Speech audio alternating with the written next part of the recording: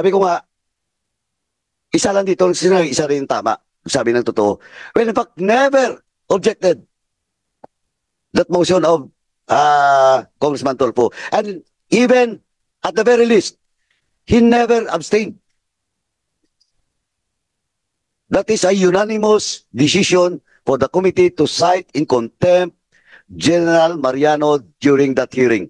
If you smell what the rock Just to refresh everyone who is present during the previous hearing, the last hearing, in which General Mariano was cited in contempt by the Honorable Tolpo, and I seconded it, and he ordered to be detained for 30 days in the premises of the House. First and foremost, during the interpellation to General Mariano, the data being presented by General Mariano contradicts with the position of the regional director.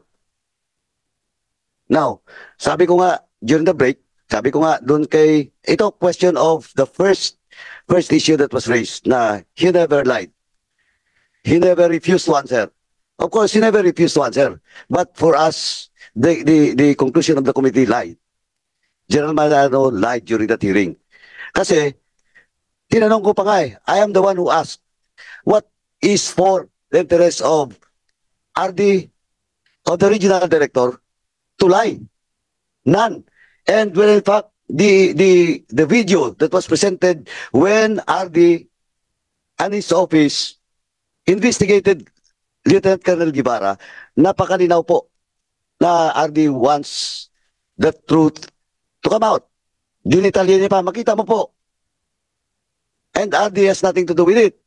Now, iba yung version ni RD, iba yung version ni General Mariano with regards to the date and the time. Nung tinanong si General Mariano, hindi niya alam. Kaya hindi niya ni-report kay RD. But of course, etong si Lieutenant Colonel Guevara, pinapunta doon sa quarter ni RD, ni General Mariano, napakalinaw po ang oras at saka yung purpose doon to brief and report to General Mariano about what really happens. Now, sabi ko nga during the break, the time because we wanted to have a quorum to decide on the contempt motion but hand during the time. Now, sabi ko nga during the break, I talked to the members and I even talked to Congressman Busita. Hindi pwede dalawa ang nagsasabi ng totoo dito with conflicting statements by General Mariano and Adrian Satis. Hindi pwede dalawa yung totoo. Hindi rin pwede dalawa ang nagsisinungaling. Isa lang po ang nagsisinungaling dito. And personally, sabi ko nga, my judgment, based on all the facts being presented, and that includes the video, when RD investigated, like Lieutenant Colonel Guevara, malinaw po that General Mariano is lying. That was the first issue in his motion for reconsideration.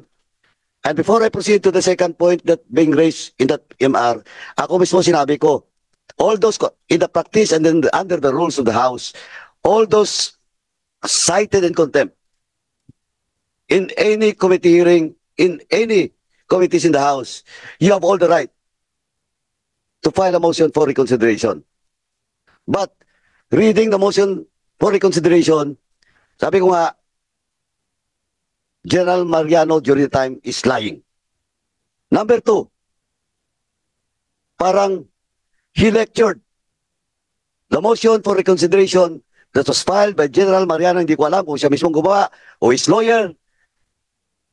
He lectured the members of this committee. I've been in Congress for the past 11 years. I've been in the Rules Committee for the past several years also. I was the minority floor leader. I cited in contempt several resource speakers in this House. I know the rules. The committee knows the rules. He, in his motion for reconsideration, he cited the quorum.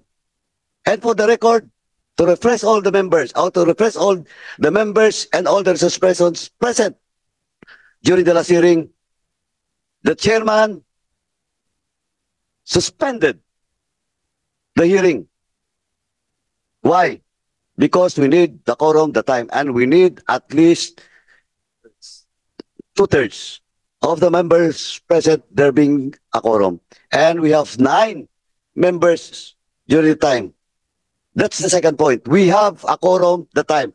And questioning about the quorum, General Mariano, sorry to say, we know the rules and we have the quorum, the time. Physically present. We have 9 members present during the time. Thirdly, question of General Mariano is lying. There is a quorum that was suspended. Sabi ko nga, isa lang yung nagsasabi ng totoo. And in that case, RD is saying the truth. Okay, kasi para habang hinahanap po ni Congressman Paduano yun, it's written in our rules, no, under Section 11 that we have a quorum that time. That's the reason why really we suspended it, and for us to have a two-thirds of the members. And when I read the motion for reconsideration, parang medyo imbis na, actually malambot na nga yung aming mga damdamin dito. But what we wanted is, well, ako lang daw. But what we wanted sana is to really to have a resolution for this hearing. But of course, the body will decide on that. But personally, what I wanted sana is to have a resolution maybe approved by the body next week. But unfortunately, having read this motion for reconsideration and accusing us of have not followed the rules of this committee, medyo na-offend ako doon. And maybe you have to really consult with your lawyer. Baka mamaya yung lawyer hindi kayo pinoproteksyonan, General Mariano and Colonel Cabradilla. And I think I'll be giving the chance to Congressman Paduano to continue his line of manifestation. Sige, go ahead. And lastly, Mr. Chairman, the argument being raised by the motion, reading the motion for reconsideration of General Mariano, ang sabi po dyan is, wala ng quorum, during votation daw, hindi daw binilang. Again, sorry to say, General Mariano, there is a motion for contempt, there is a quorum, and nobody object. Nobody object. Because under our rules, we need at least two-thirds. Two-thirds of all the members present, there being a quorum. Even, during the time, even 1 or 2 members objected that motion still carried. Because we only need two-thirds. And that's on record. Even one of our members, which on the side during the break, I talked to him, and sabi ko nga, isa lang dito, isa rin tama. Sabi ng totoo. Well, in fact, never objected that motion of Congressman Tulfo. And even at the very least, he never abstained. That is a unanimous decision for the committee to cite in contempt General Mariano during that hearing.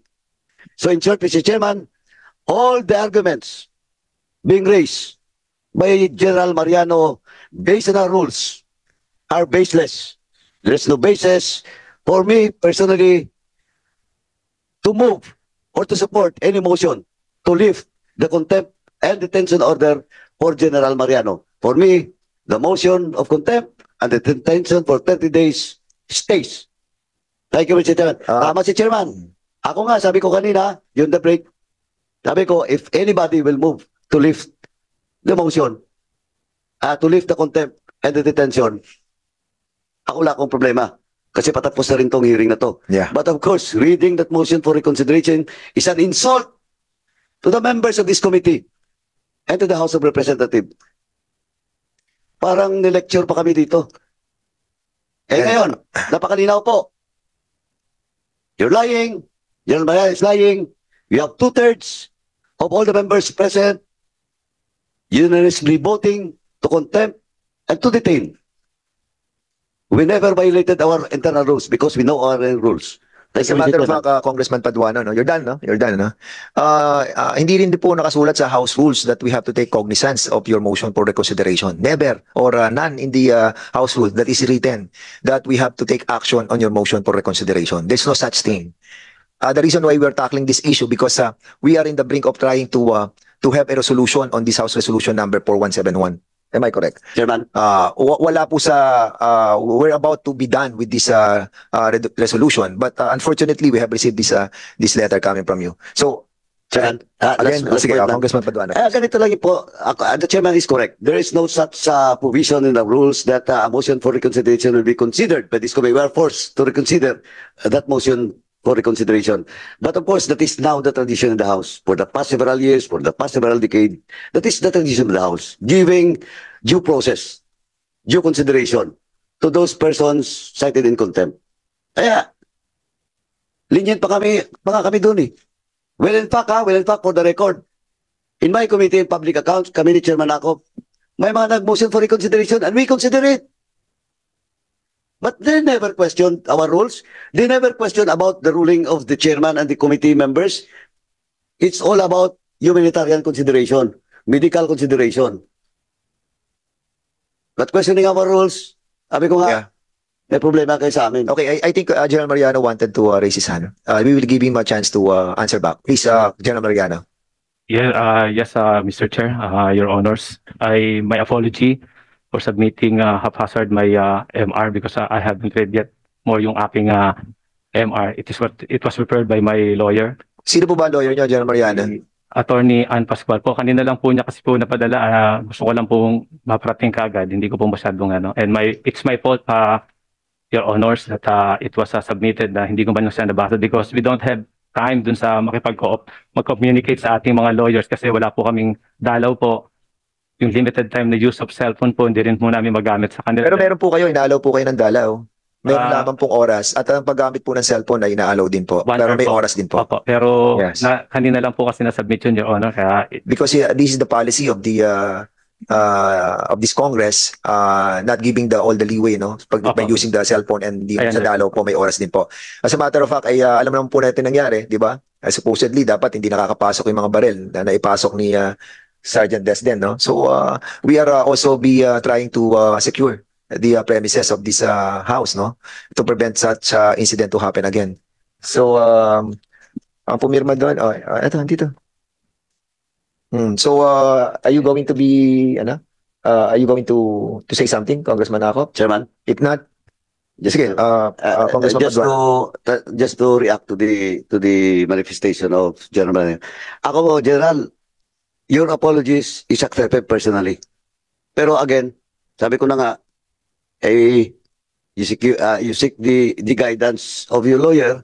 Alam mo, ang daming nakukulong dito sa House because of contempt na nakukulong at nakukulong dahil dun sa mga lawyers. Well, in fact, sa totoo lang, in my committee, nag-file pa ng MR sa Supreme Court.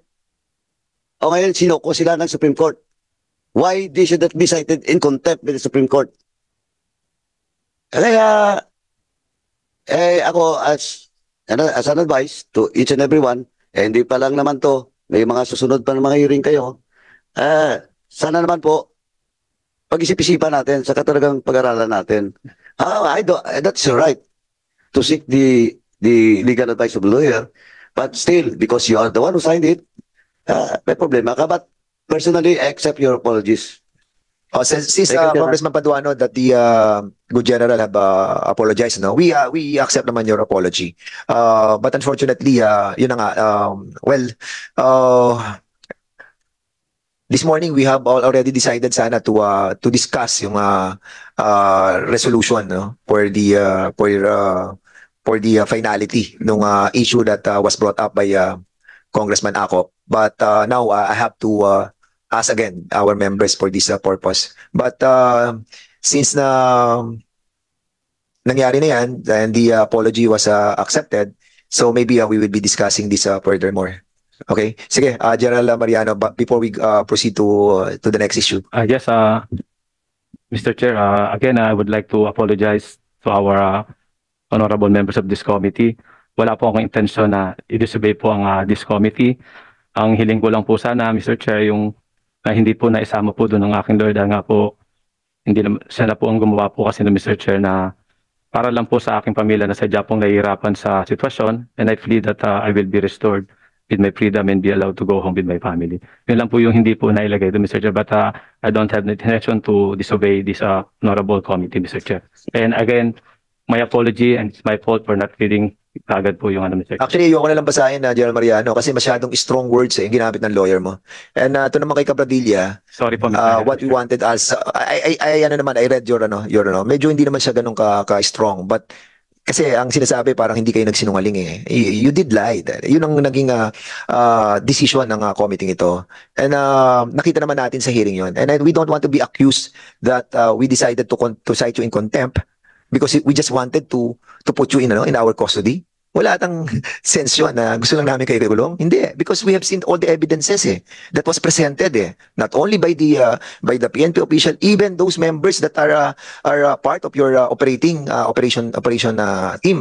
They have said almost 23 of them na nagsalita, and even yung inyong deponent na ginamit dito were here to recant yung kanilang mga testimony that you push them to be filed.